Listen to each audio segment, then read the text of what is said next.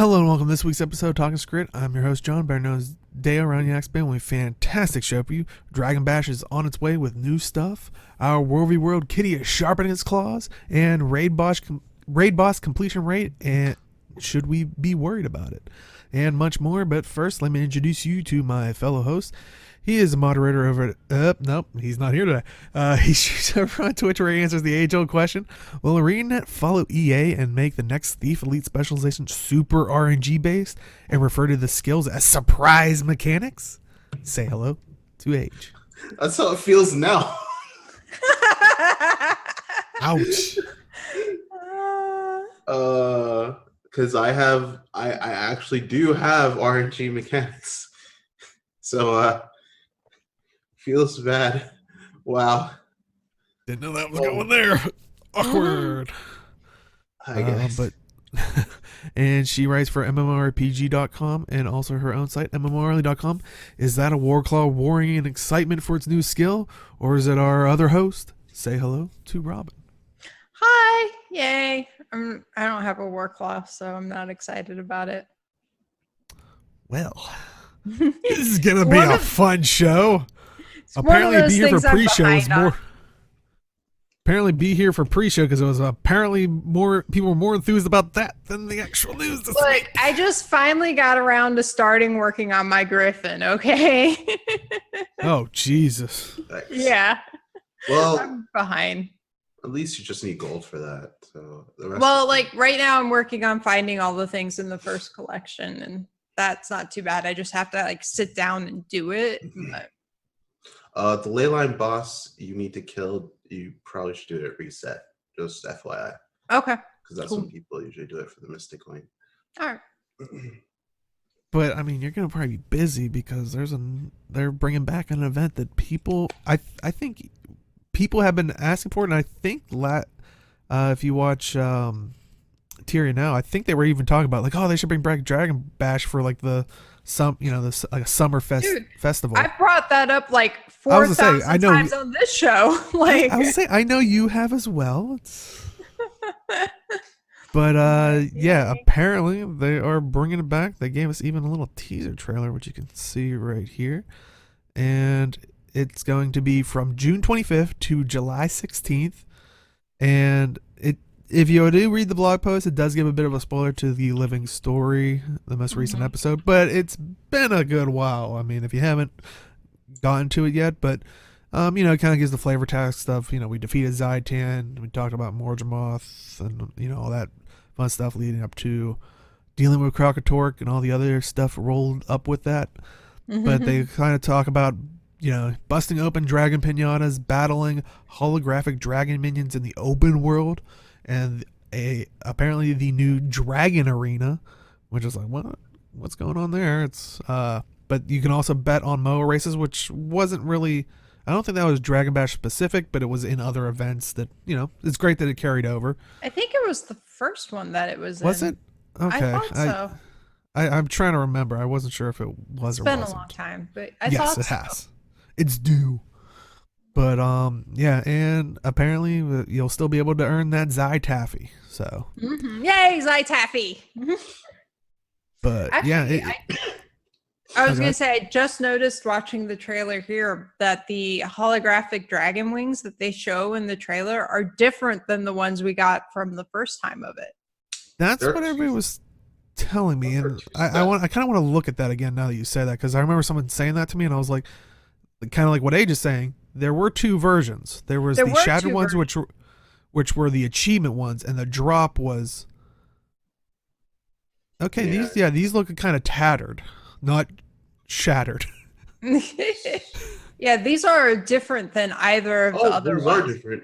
Yeah, that's what I'm saying. I have both of them, and that is neither of them. Oh man, I got so much to farm. Which I kind of like that they did that, because there's something I was talking about with Mathanis either before or after Vote to Kick, was he was hoping they would bring it back because he missed the whole thing the first time. And I was like, yeah, I kind of would like them to bring it back because I feel bad for people who missed it. But at the same time, I kind of like that I have something that's a little bit exclusive, I feel the tug of pull on it. So I'm glad that they made new ones. That's awesome. Mm-hmm. But I know MMORPG put out an article about the event as well, and apparently they got an early view of it, and talk a little bit about the Dragon Arena. And I think in the article it even talks about like they had a group of 4, and they were actually fighting challenging mobs. Now, I don't know the person, skill level that did the story, but I'm sure some people out there are probably like, is this difficulty that we've seen from other, what's the word I'm looking for? Other like journalists, when they try something, it's like, or is it going to actually be challenging? We'll have to wait and see. I mean, do remember it is a festival. They tend to not be the most challenging of things. Also, like, you have to, like, this is one thing that people always fail to realize when journalists are testing things. They're not usually on their own characters. They're on a special client. So they load in, and they may not be like set up how they normally are or whatever, which can augment the difficulty sometimes. This is why I play with mostly default settings.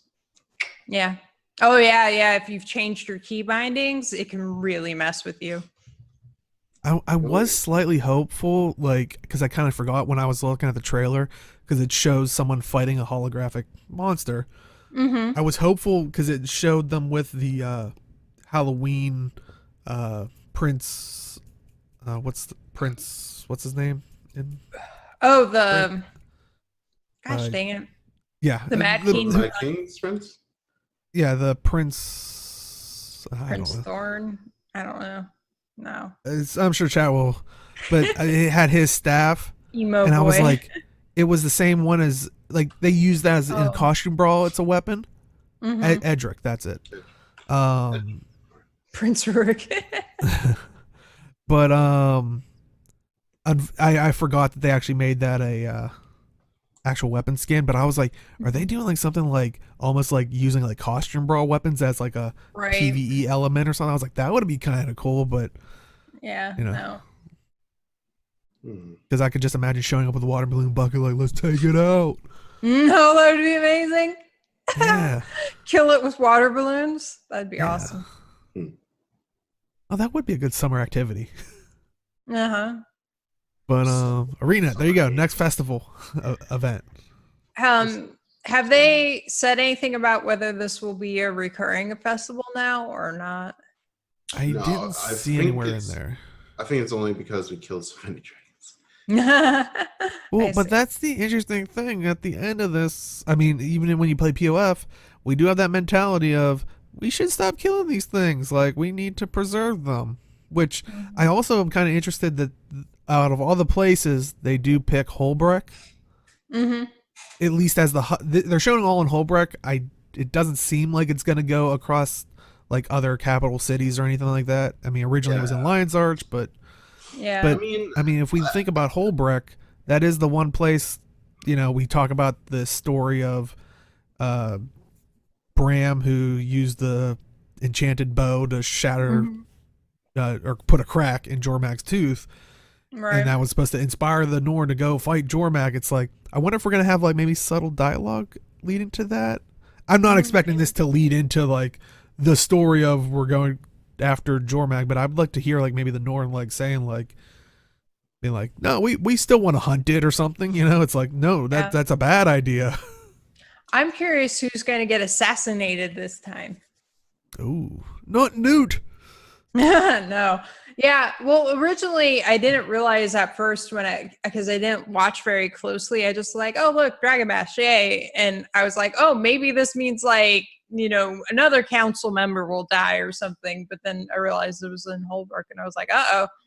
I'm trying to remember because I have to go back and look of like, how do they elect Newt Whitebear? Like, because what if it is one of those things of like a different because basically Holbrook is it's not a city like the other ones, at least in the culture of the Norns.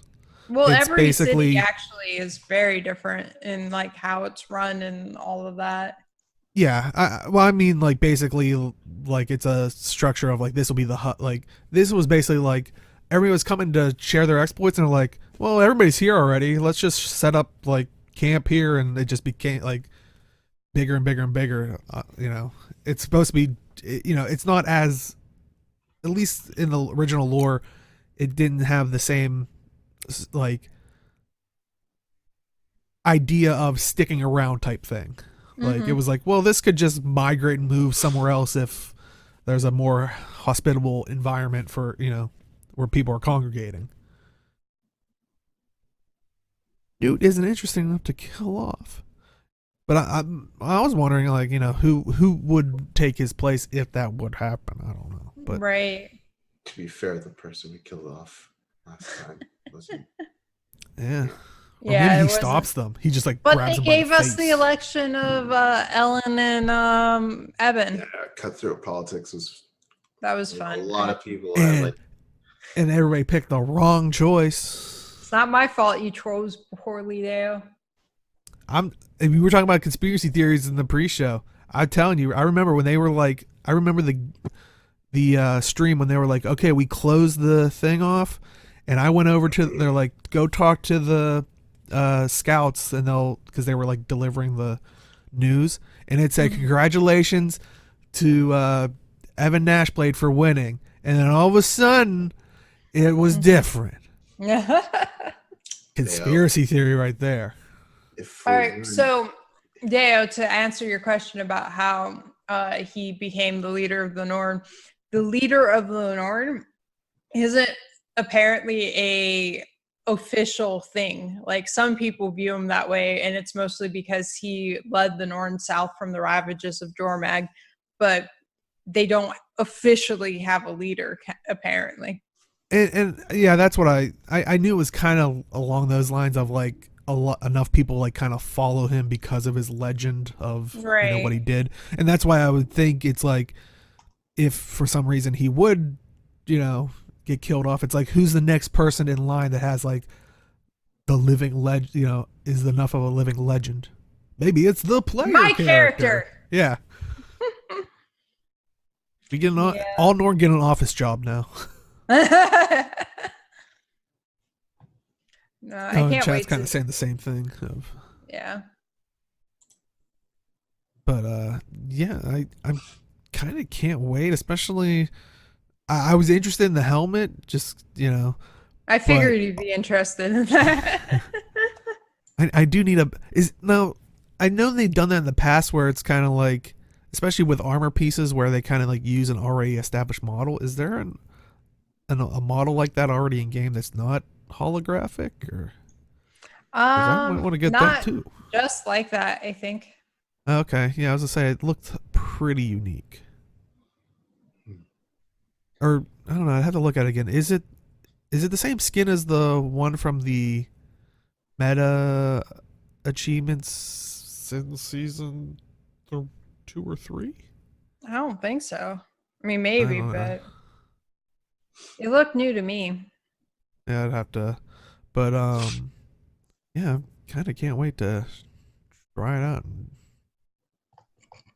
Bran might be bigger now since he performed. Oh yeah, that is definitely different. He performed some longbow dentistry. Yeah, I mean, he is the one that kind of shattered the tooth and like is supposed to inspire him. Maybe. But Jormag wasn't defeated. He let them down. Well, neither was Newt. Just stood up to him. Yeah, but Newt didn't hurt the tooth. The whole thing was if you broke the tooth, it meant you were going to kill Jormag, and he didn't. He's a failure. Not yet. Yeah. Didn't kill him yet. Look, they're gonna elect him into there. He's like, well, now I got to, and we're like, no, that's a bad idea. Don't do it, Bram. But my people. My people. But yeah, I'm excited and I'm slightly surprised. I mean, I did not expect there to be another Dragon Bash, or I was hopeful for some kind of like summer festival thing. So hopefully it's reoccurring. Yeah. We have to kill a dragon every year. Every year, kill a dragon, raise a baby. I mean, Kill the That's dragon. not necessarily the case because I mean there was no one for Morgemoth, Yeah. so Uh, it's whenever they have time apparently. Like the people of Tyrion, not the devs. I don't want people to think. Yeah, no, I think honestly the probably the main reason why you haven't is because like the other ones that they brought back was a lot of work needed to be done to update it to all the changes they've made in the core game. With just how things work. And then also updating the story of it because the story of it when it was part of season 1 doesn't fit now, you know? Mm-hmm. And if you do notice, the hologram in the sky is actually of Kralkatork and not the Shatter. So. Yep. I guess they could swap that out if they needed to. Hmm. Like if we killed a new dragon. Maybe it changes. Like that would be cool if it was like a random thing. Like if you actually had to fight it. Mm-hmm. If it was like maybe sometimes Zaitan. Maybe we'll finally get the Zaitan fight people wanted. Maybe the Morgemoth one. Will we get Pudgy Morgemoth or Serpent Morgemoth? And then Kralkatork. Potato Morgemoth. I love Potato Morgemoth, I have to say. I've always loved him. Adorable. That is not adorable. With fire. Now my question is, because I know because remember when they said in the guild chat how in reality Morgemoth was Kralkatork was super small in the last living story because of like scaling and stuff like that, like in relation to the map, because they can only make the map so big type thing for the instance. I wonder if that's the actual size that we see in the sky, like the legitimate size scale, like if it was placed in actual Tyria, or it's even smaller, or whatnot. But I was just thinking about that when I saw it in the sky. I was like, oh yeah, that was an actual thing, that the character model was supposedly small. But yeah, I kind of can't wait. But yeah, June 25th to July 16th, so it's not like it's only a week long or something. We got plenty of time to bet on MOAs, gorge ourselves in Zytaffy. I'm so excited. Yeah. Oh yeah, the Quaggas of Destruction. Yeah. Yep. If they're there, we gotta kick them out. Because nothing good will happen. But yeah, so look forward to Dragon Bash coming up this Tuesday. We do want to Bash the Dragon. Yeah, if you have not watched the trailer, I mean, of course we'll link the blog post and stuff. That's a good point. Is the song that's sang by the devs and stuff, like from the original one, like they just but it's awesome. They feels like a really good job of making it sound like a bar song. Like yes, which is even more fitting for Holbrook. Like if you go into like the inns or the taverns here, I kind of want that to start like playing, like you just see like a bunch of Nord just chanting like that or something. Right. But yeah, it's definitely an awesome job. I can't wait. But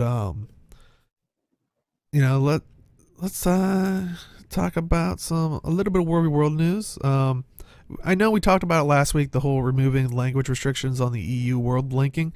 We just wanted to kind of let people know they did put out a blog post about it, which was, I don't think there was any new relevant information, but I hope maybe with a blog post it kind of gets it in front of more people's eyes. I'd like to hear more people's thoughts on it. And I don't think it was slated for this coming up one. It's basically next Friday that's coming up, I believe. If I'm not mistaken. I actually forgot the cadence. But yeah, better than tests. Well, yeah. I say test very lately, but better test it sooner than later. But just in case, real quick, for people that don't know, the idea is they're removing the language restriction on EU world linking for Warby World. So, people that servers that primarily speak, maybe Spanish or French or German could get paired with those other types of servers or English-speaking servers on the EU side. But so we shall see. And they kind of want to test the waters on that, so should be interesting. But okay, coming Friday the 28th is the new pairings. Okay, so it is part of the new pairings coming up. But they also said on the forums, there will be a Warclaw update in the works, not coming up. They kind of just said they're still in the process of a bit more testing, but they're in line for art requests from the teams. So it's not going to be coming up with that change or anything like that. It's just closer than closer than we knew about. But basically, there's going to be a new skill for the Warclaw, which is the War v World specific one. While you can mount outside of it, you can't use any of the skills outside of War v World. But the Force skill will require unlocking a new mount mastery. And after that, it's basically a missile attack that, if it hits, will dismount your target and yourself. So, I mean, I think they talked about this as an idea, or I know a lot of people have brought that up as a dismounting thing, that it would definitely have to kind of dismount yourself as well to make it fair. Yeah. Since the Warclaw has like pummeling and mm-hmm. But do you guys like this idea of a skill that will automatically dismount your enemy and yourself, of course? Yeah, I think we were saying it would make it interesting. Yeah, trying to see it play out on what scenarios they would want to. What was that? I'm trying to see in the different scenarios in which this is like beneficial. Mm-hmm. The only thing I could think of is Zergs, I guess, because that's the only time where you're gonna like be mounted. Nobody mounts when they're just roaming or anything? Oh yeah, you mount when you roam, but like it's finding that, because the idea is to dismount your target, I guess, so they don't get their engaged skill off. Well, we'll see how it is. Yep. But yeah, any other thoughts on War v World stuff in general? Hopefully more news. Mm-hmm. Soon. Yeah. I would say a little bit of sad news for people at ArenaNet, but it sounds like good news for for Eve Eschenbacher. She's actually said on Twitter that this was her last week at ArenaNet after 6.5 years, but 5.5 for being part of in charge of the voiceover section. But she said she was offered an amazing opportunity that she just couldn't pass up. So she goes on to say she wishes her colleagues all the best, and it's been great working with everyone. But yeah, I mean, I can't wait to see what the absolutely awesome opportunity that she can't pass up. So but good work on Marvel Avengers. She's going to convince all the voice actors to come in.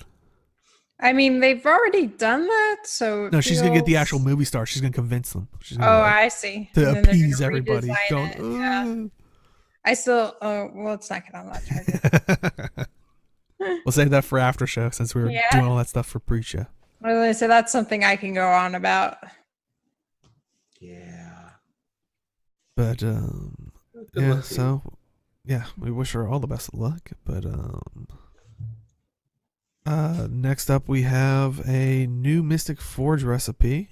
It is the old Ascalonian sword, which you can kind of see here. It's kind of just a ghostly version of what looks like the char weapon. It looks so cool. Okay. Yes. Mm-hmm. The recipe is 1 exotic sword, I would assume level 80.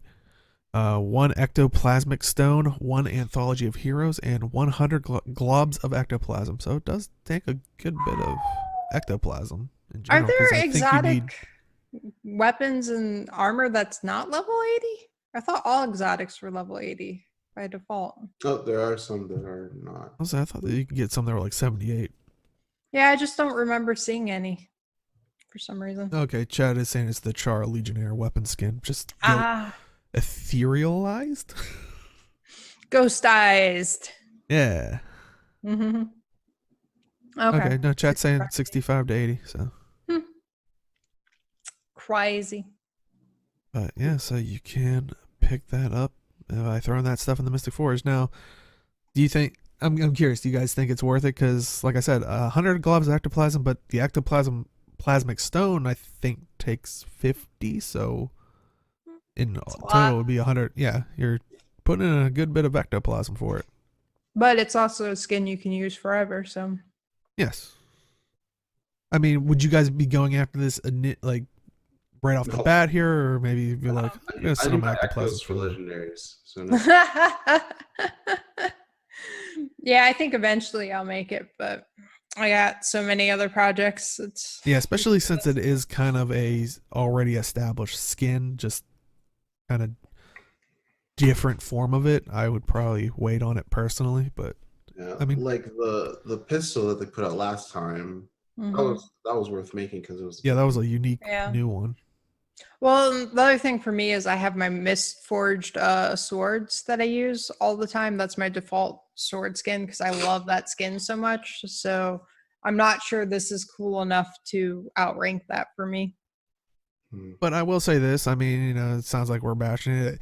I think it comes from our spots of like kind of like what Robin's saying. It doesn't work for the look that we already have established on our characters.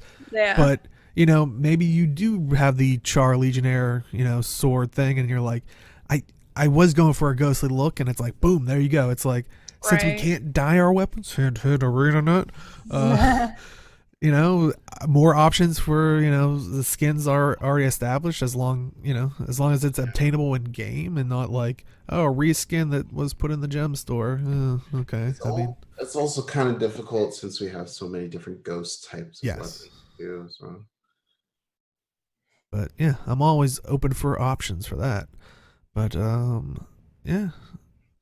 Any other thoughts on the new Mystic Forge recipe? I think this was also done through that event where it was like donate stuff to Mystic Forge. Are you guys enjoying that of reoccurring type event with different materials? Where it's like donate so much to the Mystic Forge and it unlocks the recipe? Yeah, actually, you know what? It's like a community thing. I kind of like that. Also, I get achievement points, so it's like, it's like win-win type of deal. If they can, I would just say, like, if you're going to unlock different recipes, that they should be kind of like interesting weapons that they unlock, or whatever, or back piece, or just like something interesting that people go like, oh, I totally want to make that. What do I need to make that? I like it. It's an interesting way to remove some things from the economy. Like chat saying about dyeing weapons, the chaos ones. People love dyeing the chaos weapons and gloves in Guild Wars. I did not dye mine actually. Oh, really? Yeah. I always saw them dyed. Like, way to buck the trend. Well, it's because I like your new phrase better. Don't buck the trim. I just want to keep the authenticity of it. That's all. Age bucking the trim since 2005. 2007, 8. That when Guild Wars 2 came out. Oh, yeah. Well, I started in like when Nightfall came out, so. But so definitely pick that up if you want that look, or bookmark it so you can go back to it so you remember the recipe. Because that's always my problem, is I'll be like, oh, I'll get to that one eventually, then I'll completely forget the recipe. Yeah. Oh yeah. Since it is a Mystic Forge recipe, it's not like you can really save, But we were talking about the raid release last week. A lot of people completed it. Seemed slightly easier-ish for a lot of people. It seems like it was more mechanic heavy than other ones. Like if you're able to master the mechanics and your group is, it seems like it's an easier time, as not much of a DPS race type thing as opposed to the other ones. But people on Reddit made an encounter completion rate according to Guild Wars 2 efficiency. So there's already that caveat of it's not the whole player base. But you can see here, and they also, in case, and I know we're opening a can of worms here with Mac in chat, but they also had a sweet graph. They started with a line graph, but then they also put up a bar graph. What they really were missing was a pie chart, if you ask me. But yeah, here's the charts here, and you can see it, the whole chart with each of the raid bosses and the completion rate according to Guild Wars 2 efficiency. Now, and I know a lot of people brought this up. One thing I would say is another issue is it doesn't take into account. It's not like the first month or week into each. Like, clearly, the completion rate, people are been farming Veil Guardian, since the beginning. It's had a lot more time than Kadim the Peerless, which is the newest one, or the other newer ones. So I think that's also another thing to take as a grain of salt with the rate of completion.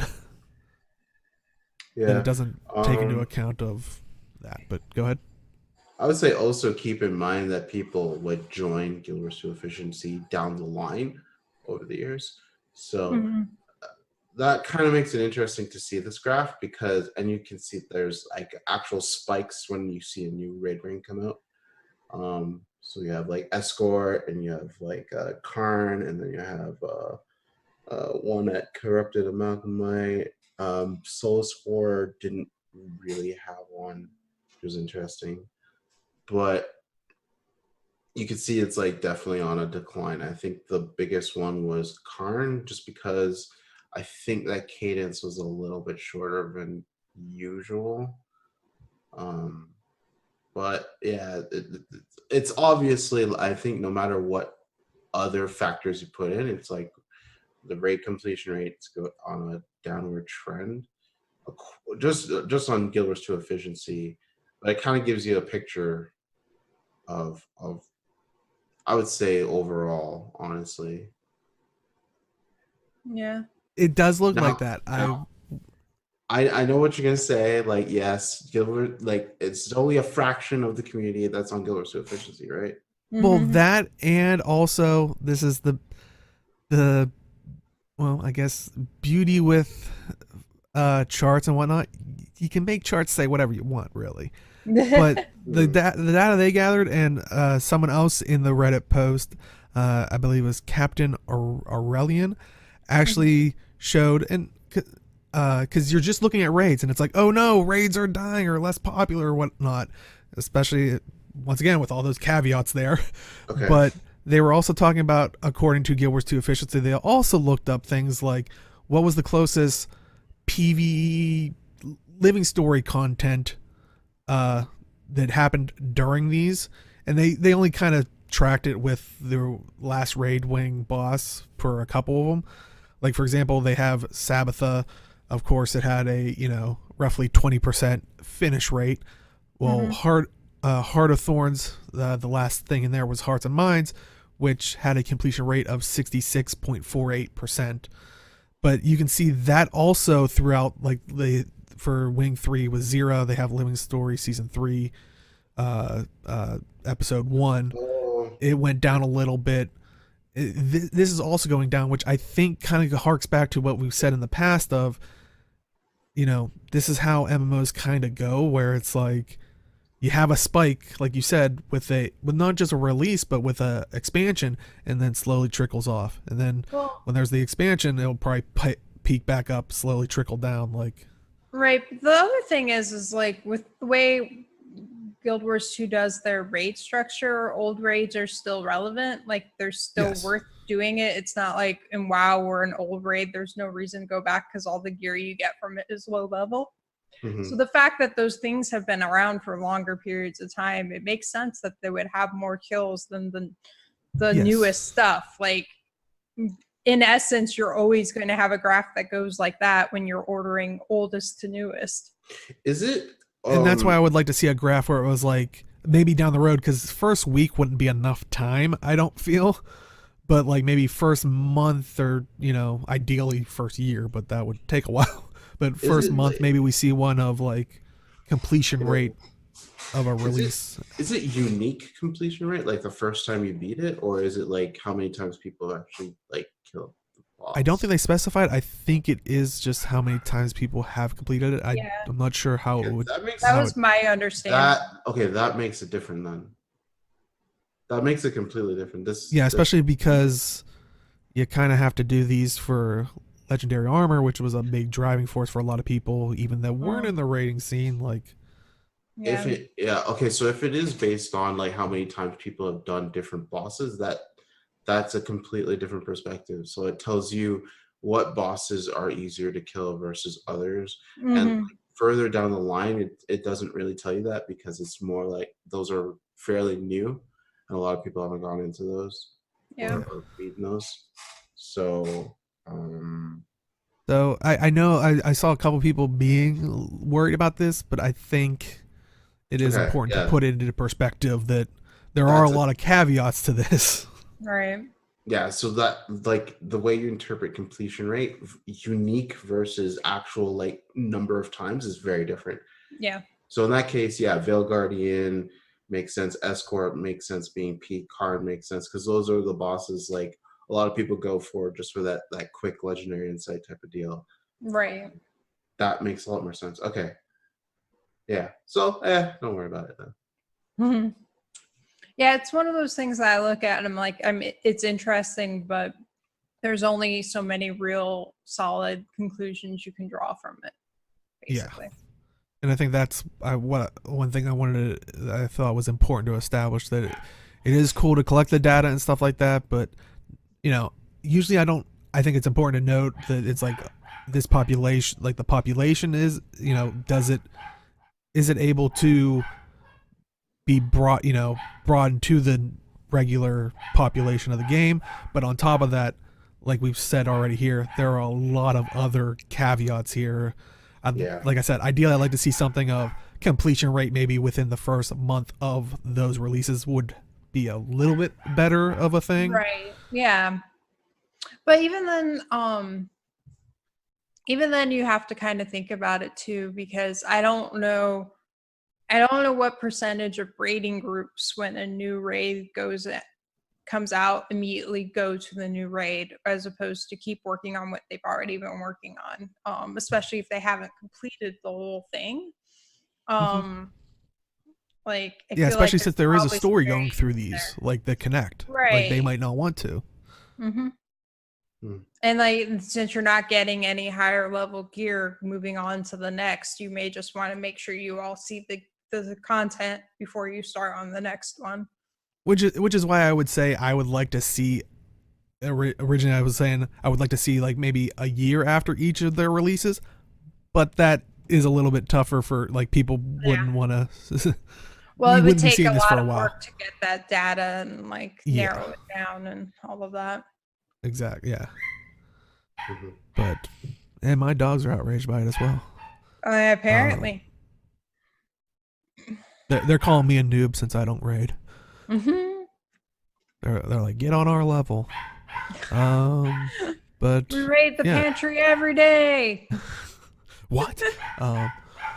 But any other thoughts on the raid encounters? Like, are we in dire times? Is the game? I can't. Is raiding dead? No. Can't make a conclusion based on this graph, since I don't know all the things. But once again, I think it's a good bit of information. But with everything, try to look at what it's actually measuring, and is it measuring everything fairly or equally? Another thing I'm kind of curious about is I wonder. This is information that I would guess only ArenaNet would probably have access to, but I wonder for what percentage of people for their first raid at this point go into the first raid or start at one of the other wings, Like, I wonder how that works. Well, which is I gotta see it. Which one's the one like the kind of one in the middle that kind of blips up? Because we've heard in the past like people are like, oh, this would be a good entry point for people. Maybe that's what waiting for. Yeah. Okay, so that's literally like the first section of the new story. So that kind of makes sense. Yeah. Like people are like, well, I missed the first maybe raid story. With Saul, I'll start with this one maybe but yeah, in the end, I don't think, at least with this, we have nothing to worry about data wise, but right. I mean, no more than I think any other game, but I think Arlie did raise a good point of since like other games that have rating, these ones don't really go out. They don't gear scale out. They don't become useless. So, but I don't know. We shall see. I know a lot of people are worried about rating, and but I don't think this is the one to hang your hat on for. The rating is dead. Not conclusive. Yes, but speaking if you want something conclusive, you pay for something, you get it. We got the gem store. Yay! And this no surprise mechanics this week in the gem store. No, at least not returning or new. But we got the Mist Stranger package, which you can get for 1,700 gems, which includes, first off, the Mist Stranger outfit, which, do remember, it is an outfit, so you can hide the head, or just, it's all or nothing, basically. But yeah, I think it looks pretty cool. It has a effect on it that I think people are saying it has 2 dye channels on the effect of this, like, mist stuff that's kind of tapering off of the mostly the cowl and like the armor thing. Yeah, like the effect and everything. Yeah. But that's cool. Yeah, it looks weird. Like it's really cool, but it's also very weird. It is interesting because they basically have like a gas mask type thing. Yeah. And with a kind of fabric draped over it, which remember the ghost chick from Ant-Man and the Wasp? Yeah. It's basically that. Yep. Chad is saying the colors of the cowl will change the smoke effect, basically. Okay, that's cool. Yeah. I was a little mad. I remember that. Why were you mad? It's mostly my fault because I set myself up for it. But I first saw a picture of this on Instagram, and then it said, like, I'm gonna pull it up here. It said, rumor of. Were you mad because you were on Instagram, or? Oh, go ahead. Sorry. I was mad because I read this first bit. So, rumor of those who walk in the shadowy mist are told in whispers, but no one knows if they're real at all. And I'm like, oh, that sounds cool. That sounds like a cool side story thing that they're gonna put in the game. And then I kept reading. I'm like, oh, it's an outfit. It's. I'm like, I do want to. After we introduce all the rest of the stuff, I do want to maybe question if there is a possible lore implication here, and could we see it? But you can pick these pieces up separately too. So if you just want this outfit when you're seeing it, it is 700 gems like most other outfits. But like I said, bundled you can get all the stuff you're about to see here for 1,700 gems in total, or like I said, piecemealed out. So you can get this for 700 gems. We also have the Mist Stranger weapons, which one is an axe skin and the other is a shield skin. Both, well, that was a little bit of spoiler for my theory. The shield, both are for 600 gems a piece. So, but like I said, you can pick it all up for 1,700 gems. But you can check out that axe skin. It kind of has that like misty smoke feeling to it, and also it seems like the shield looks like a kind of standard buckler, but it kind of has this like but weird growth stuff on it. I don't know what you want to call it. Like kind of fading away, like as they're decaying as you're looking at them. It's interesting. Oh, I thought of a whole storyline that they were going to tell too. Like, because for those of you who play Ghost Recon Wildlands, content that they add after the game add like little storylines for different things. So they add one for like Sam Fisher and still doing stealth missions. They added one for the Predator and all that stuff. So for this, I thought it was going to be something like that where, you know, again, I don't mind if they put the outfit or the weapons in Jumpstart. I just thought like they were going to tell this like awesome story where like this person's kind of like trapped between the mist and the real world, and you know, like you see blips of him coming in and like things like that, and you know, we kind of have to like help him get out of the mist, and maybe we have to kill him to free him, something like that. That'd be really cool. Like that. But yeah, I that's like something along that line, and I thought that was going to be a really cool story that they could do as a side thing, and I think it's not as bad as implementation, because it would basically be that person popping up in various spots in Tyria, and then eventually we would just have to take him out type of deal, and that's like one collection, and that's it. And you get, I don't know, maybe a back piece or something. I don't know. That would have been cool. Yeah. Yeah. But I set myself up really fast with that one line. You just saw a little thing and ran with it. I went hard. I mean, don't roll anything out. Yeah, that's going to be my big question is, do you think we might get a story eventually down the road with this? I mean, but, you know, like Chad's saying, if you could mix and match this, which I wish we could, it would be a cool McCree cosplay. And oh, yeah. Yeah. But, oh, go ahead. I was deep, kid. I really ran with it. I'm sorry. That's why I was mad. It was my fault. I set myself up for failure. So. But if they do add it later on, I wouldn't be opposed to that either. What? But yeah, if I know other people have looked at it, but the cow actually had, and you can see on the axe there, the little symbol in the center, kind of looks like stuff you see on the Mist map. Which, if you guys want to talk a little bit about, I don't know, something with the buy me some time, I'll be right back. Yeah. Wow. I think Day wants to go into like a theory of eternal alchemy type of deal. But I don't know. It could have played into a little bit. I really haven't checked the details on the armor or the weapons. Yeah, me neither. Yeah. I can see like the little sun in the axe. Mm-hmm. I didn't see it mostly in I didn't see it in the shield at all. But oh damn it! I like my story theory so much more. Aw. It's okay. But usually outfits like don't tie into story, but I think this is the first time in a while I've seen like a kind of like a hint of lore attached to an outfit, besides like the standard like Guild Wars 1-1s or thing like that. But, mm-hmm. Yeah. Well, honestly, that picture there more than anything reminds me of Full Metal Alchemist.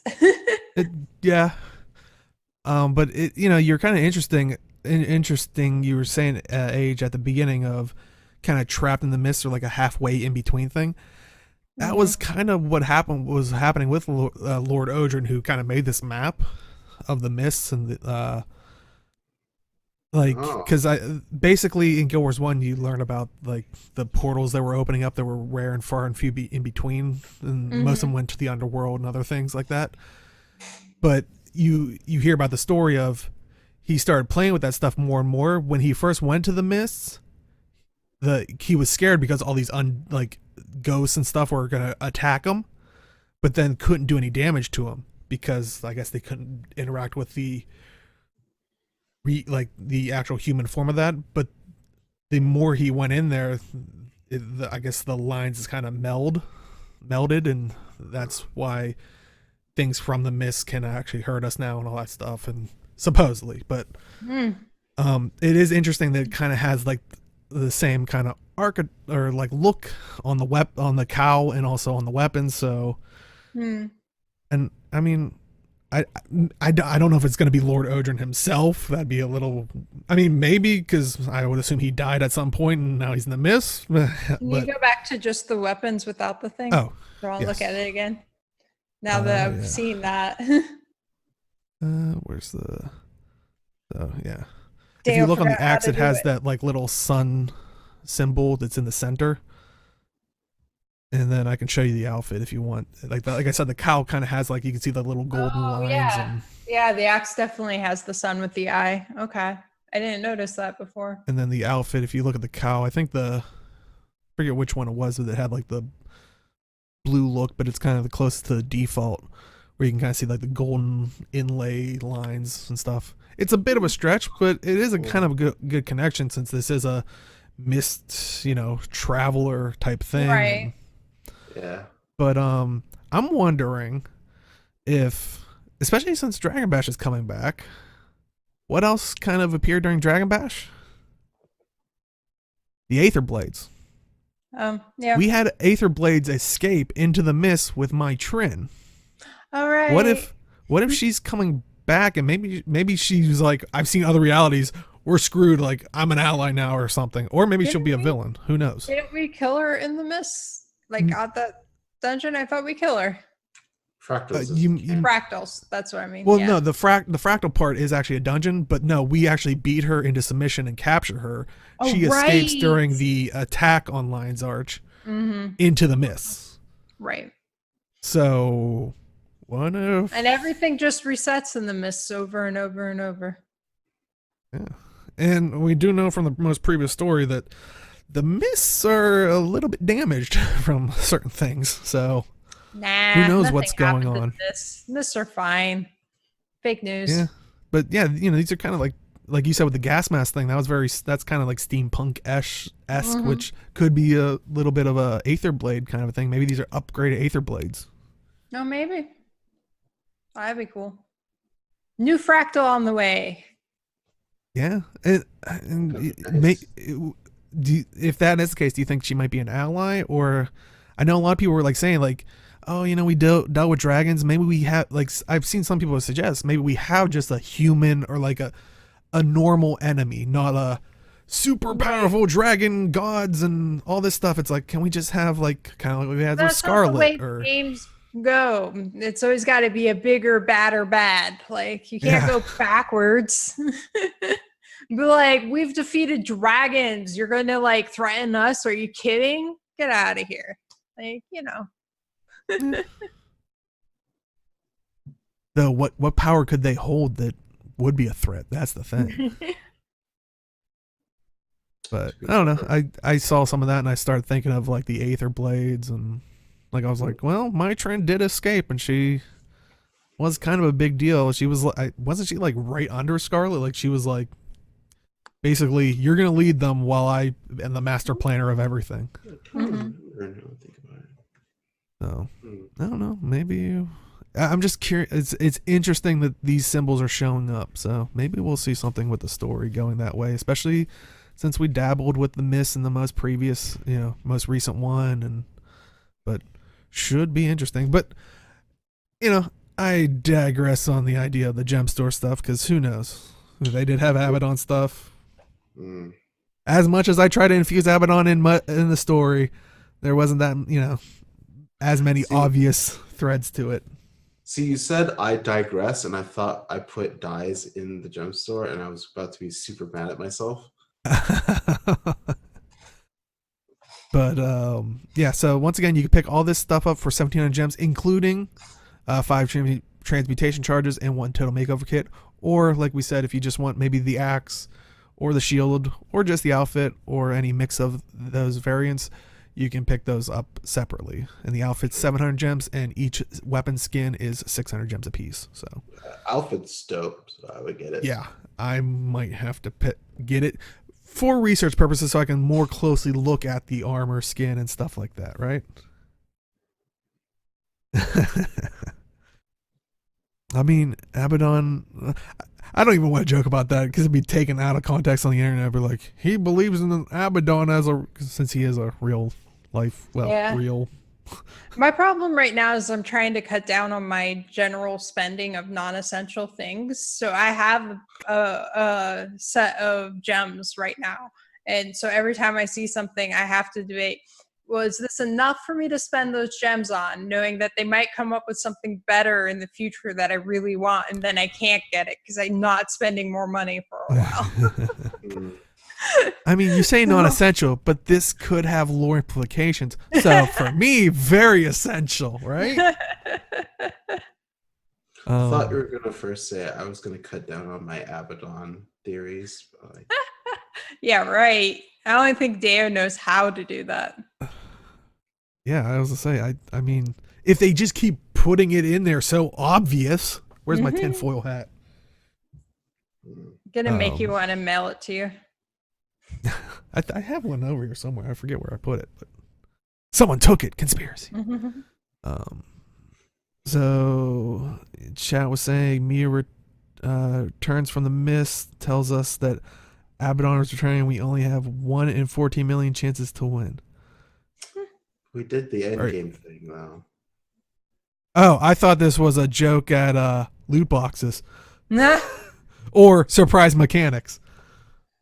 Abaddon is bringing surprise mechanics to the game. Oh my god, no. Stop.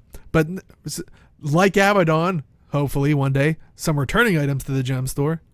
We got the Dread Quiver backpack for 350 gems, the Mercenary backpack for 400 gems, the Plush Arene backpack cover for 400 gems, the Sloth backpack for 500 gems, the Daydreamer's Wing backpack set, the Black Wing Glider combo and the White Wing Glider combo for 700 gems apiece, the MAAD Realms, not same, but mounts pack for 1600 gems, 20% off, the Choya mining tool, the Choya logging tool, and the Choya harvesting tool for 1000 gems apiece. So are any of those returning items ones that you would recommend, or so be like, I like that one? Wings are just kind of classic, I guess. And MAAD Realms mount pack was that the Halloween one, shadowy one? Yes, like that had like kind of like the for some reason I just remember the skimmer one that had like the glowing mouth. Like, yeah, that was one of the first mount packs that people really like to dye, besides the branded one. So. Yeah, I still use the Halloween mount pack on my Springer. It's my favorite one. I wonder if it came back because it has the glow. It has that like that extra like misty effect that we kind of see with this the armor that just got released. So or maybe outfit. But, or maybe there's going to be new Halloween skins this year. Well, I mean, they did when the mounts first came out. They did have those Halloween skins that had like the bone print on them. So I mean, yeah, there could be more Halloween skins. Maybe there'll be Dragon Bash skins. But yeah, see, chat wants new ones. We always want new and shiny. But yeah, like chat saying, give ArenaNet all your money. In reason, don't bankrupt yourself. You know, Dragon Bash chair. I'm like kind of thinking, would it be like, for some reason, I'm just thinking of just like Game of Thrones, like an Iron Throne, but I don't know. I kind of want like just a. I was gonna say I'd want like a dragon or something, but we literally do have a chair that's a dragon or dragon-esque. Yeah, they did do a Sab one, so yeah, that'd be kind of cool. But yeah, we shall see. We won't have to wait long this Tuesday. Dragon Bash. I can't wait. I'll definitely have to hop back in. Maybe we'll stream. Well, no, I'll say that after show. Okay. Ooh, teaser for the people watching on YouTube. But last up we got Community Corner, and we've been talking about it all the the last couple episodes. But Gamers Giving Back, doing their Tyria Pride 2019 fundraiser. Constantly seeing them retweet like awesome awesome dye jobs of people like redying their skin or not skin character armor skins and stuff like that. And I think I just recently saw someone like redye the new sky scale mount that we were showing off last week.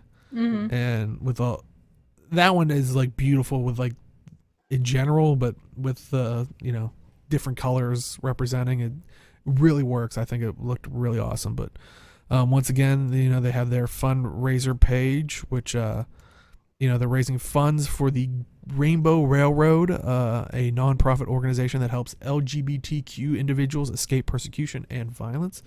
If you do want to donate to that, there's their page, and if you're watching this on YouTube, the links will be in the description, or if you're watching the highlighted version, we'll also have the links in there as well in the description.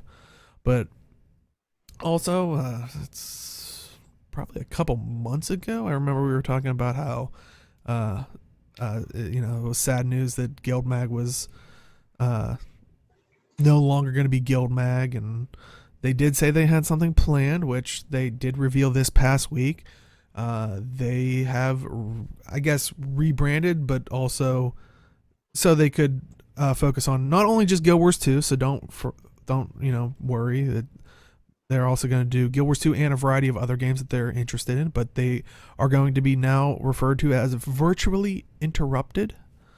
So we'll throw their Twitter, and once again, if you're watching this on YouTube and stuff, links will be in the description. But yeah, basically, so they could put their passions into other games as well as Guild Wars 2. But they did say that they're going to have their new site in July of 2019, so right around the corner. So definitely look forward to that. But any thoughts or comments on both the Gamers Coming Back thing and the Virtually Interrupted thing? Yay! That. Okay. Yeah, no, we'll see how it goes. That's cool. Yeah, I feel bad, but so Kit put GG in the chat, and I feel bad because of playing WoW for so long. Anytime I see GG, I automatically think of it as being a really, really sarcastic, like, good game, like as if it wasn't, but I'm just saying it, like. Is it bad as soon as you said GG and WoW, I instantly try to make it negative? And that's what I'm saying. I have a negative connotation with it. Like, I can't read it as anything but like mean or sarcastic. I feel sad. Just in case, I do know GG normally stands for good game or something, but I just imagine people would be like, get good. I know, Kit. I understand. But like, WoW people can be very terrible sometimes. And in case if you want everyone to throw in punctuation there, it'd be like, wow, people can be terrible sometimes. It still works. I'm not the only one. Hypnotron says the same thing. Yay. and chat saying sometimes. Yeah. But we digress, and I think that is a good way to lead into after show. So if you're watching this on YouTube, you should definitely try to show up live. But first, where can we find all of you guys? Age, where can we find you?